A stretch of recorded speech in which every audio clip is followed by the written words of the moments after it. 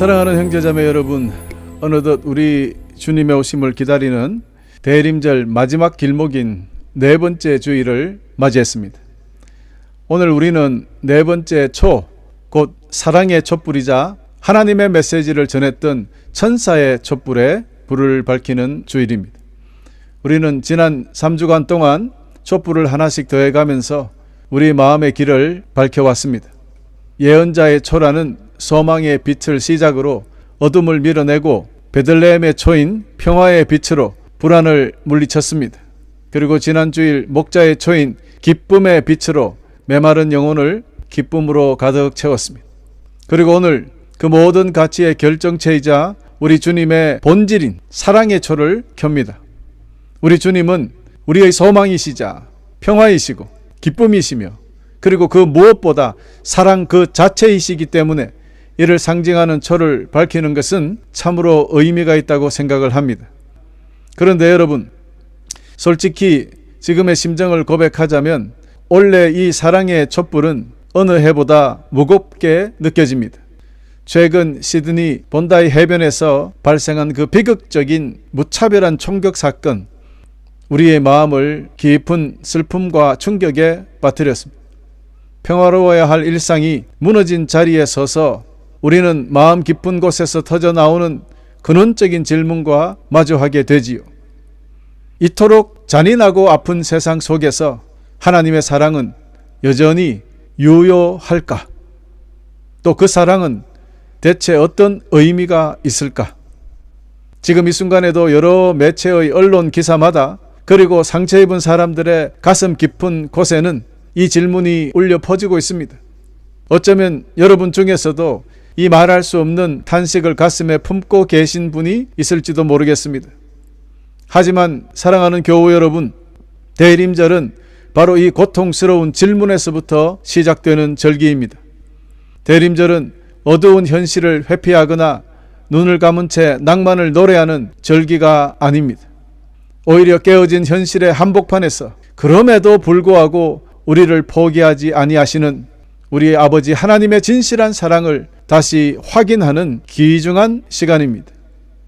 칠흑 같은 어둠 속에서 작은 촛불 하나가 더욱 선명하고 따뜻하게 다가오듯이 우리의 아픔이 깊을수록 하나님의 위로는 더 강하게 임합니다. 여러분, 이 시간을 통해 깨어진 현실 너머에서 우리를 지금도 붙들고 계시는 하나님의 신실하고도 위험한 사랑을 깊이 만나는 은혜의 시간이 되시기를 간절히 소망합니다. 사랑하는 교우 여러분, 지금 이 계절은 유대인들에게 있어서 하누카라는 절기입니다. 우리에게는 조금 생소할 수도 있을 것입니다. 히브리 말로 하누카라는 말은요, 봉헌하다, 다시 바치다, 혹은 성전을 정결케 하다라는 의미를 담고 있는 그런 말이고 또 빛의 축제입니다. 이 절기를 잠시 유래를 살펴보는 것이 오늘 말씀에 도움이 될 것 같아서 여러분에게 소개해 드리고자 하는데요. 기원전 2세기경으로 거슬러 올라갑니다. 알렉산더 대왕이 죽은 후에 그리스 헬라 제국이 분열되었습니다. 그리고 그 중에 셀류코스라는 한 왕조가 이스라엘 지역을 통치하게 되었습니다. 그런데 그들은 유대 신앙을 뿌리채 뽑으려고 하는 잔인하고 가혹한 민족 정신과 종교 말살 정책을 펼쳤습니다. 하나님의 백성에게 율법과 안식일 지키는 것을 금지했습니다. 그리고 예루살렘 성전 한복판에 제우스 신상을 세웠습니다. 거룩한 하나님께 드려야 할 제단 위에 부정한 짐승 돼지를 제물로 바쳤습니다. 이스라엘 백성들에게 있어서 성전이 더럽혀지고 신앙의 자존심이 무너진 참으로 참담한 깊은 어둠의 시기였습니다. 그러나 여러분, 어둠은 결코 모든 빛을 끌 수 없다는 진리를 여기서 발견하게 되는데요. 그 깊은 절망의 짙은 어둠 속에서도 신앙의 등불을 포기하지 않았던 한 제사장 가문의 마카비와 그의 형제들이 있었습니다. 그들은 비록 적은 수였지만 의병들을 모아 함께 거대한 그리스 헬라 군대와 맞서 싸웠습니다. 마침내 그들은 헬라군을 격파하고 예루살렘 성전을 탈환하여 더럽혀진 곳을 정결하게 씻어서 하나님께 다시 봉헌하게 되었던 것입니다.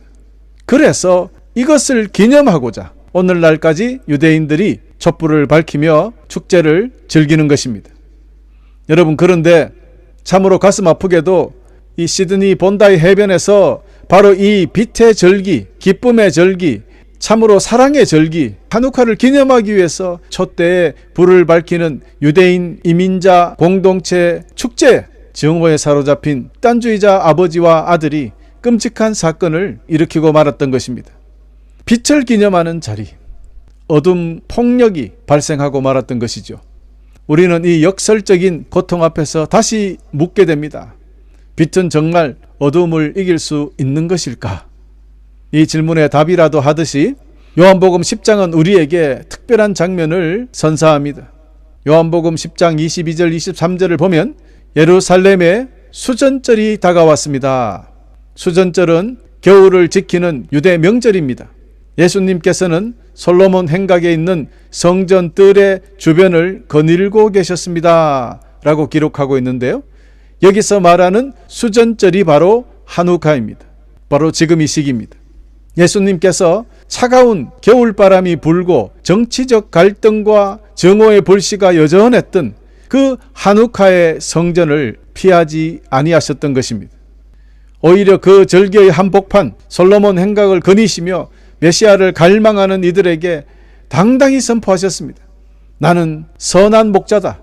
나와 아버지는 하나이다. 사랑하는 교우 여러분, 우리 주님은 세상의 폭력과 갈등이 소용돌이 치는 그 빛의 절기 가운데서도 폭력이 아니라 세상을 비추는 참된 사랑의 빛, 상처 입은 양들을 지키는 목자임을 온몸으로 드러내셨던 것이죠. 그렇습니다. 사람들은 힘으로 로마를 몰아낼 정치적 메시아를 기대했는데 우리 예수님은 힘과 폭력이 아닌 자기 자신을 송두리째 내어놓는 위험한 사랑의 길을 보여주시기 위해서 그 깊은 어둠 속으로 스스로 걸어 들어오셨던 것입니다. 할렐루야. 사랑하는 형제자매 여러분, 우리는 흔히 성탄이라고 하면 그저 반짝이는 조명과 신나는 캐롤, 그리고 낭만적인 풍경을 먼저 떠올립니다.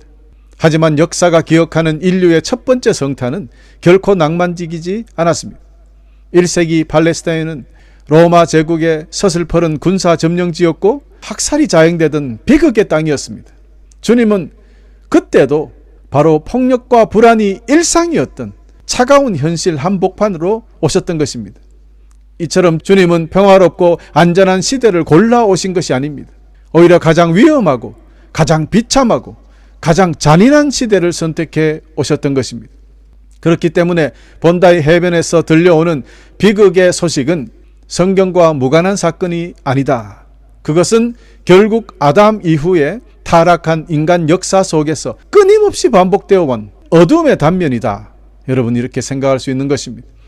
성경은 사랑을 아름답게 포장하지 않습니다.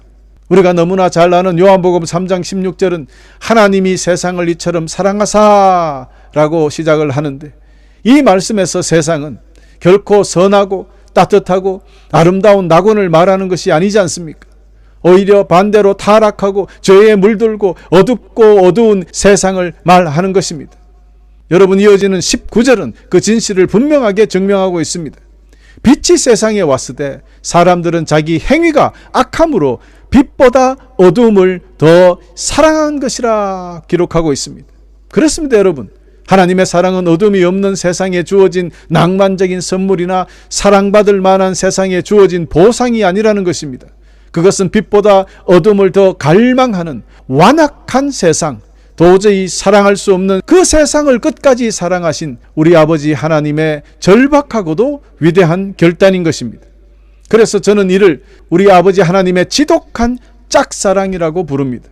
세상은 사랑의 조건에 따라서 변하고 식어버립니다. 우리 아버지의 사랑은 그러나 결코 변하거나 식지 않습니다. 우리가 아직 죄인 되었을 때, 우리가 하나님을 거역하고 있을 때에도 그리스도께서는 우리를 위하여 죽으심으로 그 지독한 짝사랑을 확증해 주셨기 때문입니다. 사랑하는 교우 여러분, 우리 주님은 안전한 하늘 보좌에서 말로만 우리를 위로하는 그런 분이 아니십니다. 주님은 스스로 가장 작고 연약한 아기가 되셔서 인간의 정오와 폭력 앞에 무력하게 노출된 채 이 캄캄한 세상 속으로 들어오셨습니다. 성경은 이 기적의 사건을 이렇게 선포합니다. 그의 이름을 임마누엘이라 하리라. 할렐루야. 이 임마누엘은 단순히 모든 것이 잘 될 거라는 막연한 낙관론이 아닙니다. 그것은 너가 무너져 내린 바로 그 비극의 그 자리에서, 너가 흘린 눈물의 심장부에 내가 너와 함께 있겠다 약속하신 주님의 사랑의 선언입니다.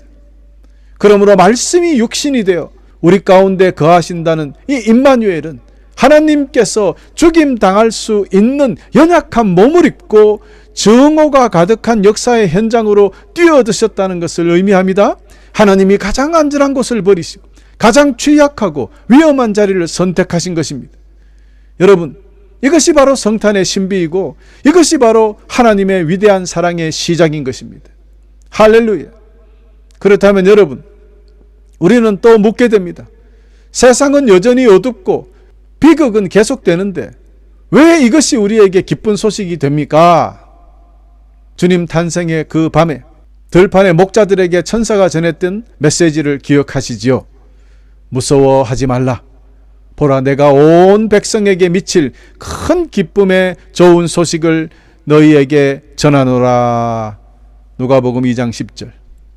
이날 선포된 압도적인 기쁨은 전쟁이 끝났거나 폭력이 사라졌기 때문에 주어지는 것이 아니라고 지난 주일 우리는 나누었습니다. 이 기쁨의 이유는 단 하나였습니다. 이제 더 이상 인간이 어둠 속에 홀로 버려지지 않았기 때문입니다.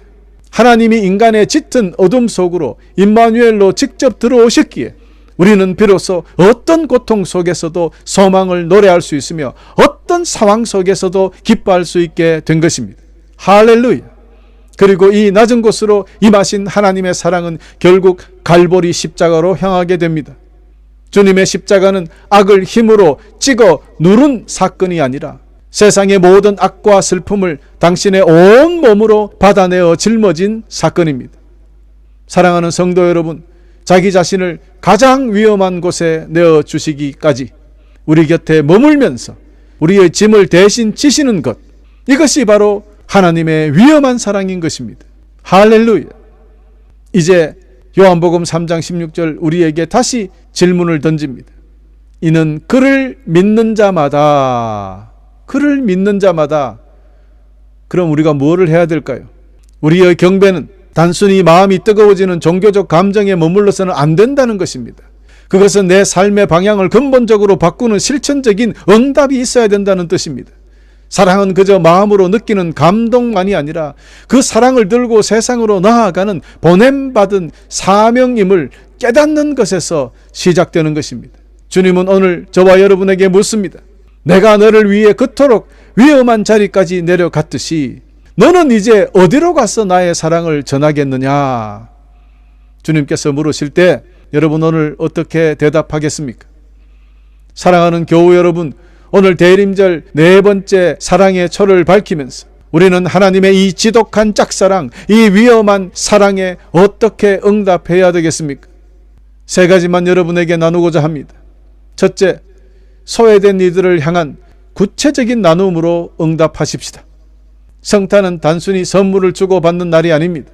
하나님이 가장 낮은 곳에 있는 우리에게 먼저 손을 내미신 것처럼 우리도 주변의 어려운 이들에게 다가가 나눔의 손길을 펴야 합니다. 도움이 필요한 이들의 필요를 채울 때 우리는 그곳에서 우리를 기다리시는 주님을 만나게 될 것입니다. 아멘? 할렐루야. 두 번째, 깨어진 관계를 복원하는 것입니다. 특별히 가정 안에서 화해하는 것으로 주님의 사랑에 응답하십시다. 성탄은 담을 허물고 찾아오신 주님의 사랑을 본받아서 가장 가까운 가족과 화목을 회복하는 절호의 기회입니다. 서로를 이해하려고 노력하고 따뜻한 말 한마디로 사랑을 표현하십시오. 가족이 모여 하나님의 사랑을 나누는 그 자리가 바로 주님이 거하시는 작은 천국이 될 것입니다. 할렐루야. 세 번째, 원수까지 품는 용서와 관용으로 하나님의 사랑에 응답하십시다. 주님은 우리가 죄인 되었을 때 우리를 용서하셨기 때문입니다. 그 사랑을 나타내기 위해 우리도 이웃을 향해 닫힌 마음을 열고 용서의 손길을 내밀어야 합니다. 우리의 삶을 통해서 하나님의 사랑이 증명될 때 세상은 비로소 복음의 능력을 제대로 맛보게 될 것입니다. 사랑하는 형제자매 여러분, 이제 우리가 세상 속에서 주님의 말씀에 순종하며 이웃을 온몸으로 사랑할 때 비로소 우리를 향한 하나님의 그 짝사랑을 마침내 끝을 내게 되는 것입니다. 주님과 우리가 마침내 서로 뜨겁게 마주보는 온전한 사랑이 완성되는 것입니다. 그러므로 여러분, 대림절 네 번째 주일, 우리가 주님의 사랑의 촛불 앞에서 그분께 드릴 수 있는 가장 아름답고 진실한 고백이 무엇이겠습니까? 바로 이를 실천하는 것이 답이 되지 않겠습니까? 할렐루야. 사랑하는 교우 여러분, 하나님은 결코 안전한 사랑을 선택하지 않으셨다는 것 우리 기억하십시다. 거절당할 것을 아시고도 사람의 몸을 입고 이 땅에 오셨고 멸시받을 것을 아시고도 낮아지셨으며 끝내 십자가에서 죽임당할 것을 아시고 베들레헴의 차가운 말구유에 태어나셨던 것입니다. 여러분, 이것이 바로 대림절 네 번째 촛불이 우리에게 증언하는 하나님의 위엄한 사랑이었던 것입니다. 이 사랑은 어둠이 없는 곳에서 빛나는 조명이 아니라 오히려 본다의 빛과 같이 비명 소리가 들리는 곳, 누군가의 평화로운 일상이 비참히 짓밟힌 비극의 현장, 혹은 그 사랑이 식어버려 절망뿐인 우리 인생 가장 깊은 구렁텅이까지 내려오시는 지극한 하나님의 사랑인 것입니다. 할렐루야. 사랑하는 교우 여러분, 오늘 우리가 밝힌 이 작은 촛불 하나가 당장 본다이 해변의 눈물을 다 닦아주거나 이 세상의 모든 악을 소멸시키지는 못할 것입니다. 그러나 이 사랑의 불빛은 죽음의 권세 앞에서 당당히 선포할 것입니다. 폭력과 증오는 결코 역사의 마지막 말이 될 수 없다. 죽음과 비극은 우리 인생의 최종 결론이 아니다. 칠흑 같은 죄악의 어둠은 결코 이 세상의 주인이 될 수 없다는 사실을 선포하고 있는 것입니다. 온 세상의 주인은 오직 그 위엄한 사랑 하나만으로 우리를 찾아오신 예수 그리스도 한 분뿐이십니다. 그러므로 이제 우리 모두 하나님을 향한 우리의 식어버린 사랑을 다시 회복하고 주님의 그 지독한 위엄한 사랑에 우리의 온 삶으로 응답하며 사시기를 간절히 축원합니다. 여러분, 오늘부터 우리 모두 하나님을 사랑하기에 이웃을 사랑하고 하나님을 경배하기에 깨어진 세상을 가슴으로 품어 주십시오. 우리가 이처럼 사랑하며 살기로 결단할 때 우리를 향한 하나님의 그 아픈 짝사랑은 비로소 끝이 날 것입니다. 빛이 어둠에 빛이 돼 어둠이 깨닫지 못하더라, 혹은 이기지 못하더라. 요한복음 1장 5절 말씀입니다. 그 영원한 참된 빛으로 오신 우리 주 예수 그리스도의 위엄하고도 위대한 사랑이 지금 이 순간에도 슬픔에 잠긴 본다이 비치의 이웃들과 또 삶의 무게에 눌린 모든 성도님들의 심령 위에 임마누엘로 영원히 함께 하시기를 사랑의 주체 되신 우리 주 예수 그리스도의 이름으로 간절히 축원하면서 오늘 말씀을 마치겠습니다.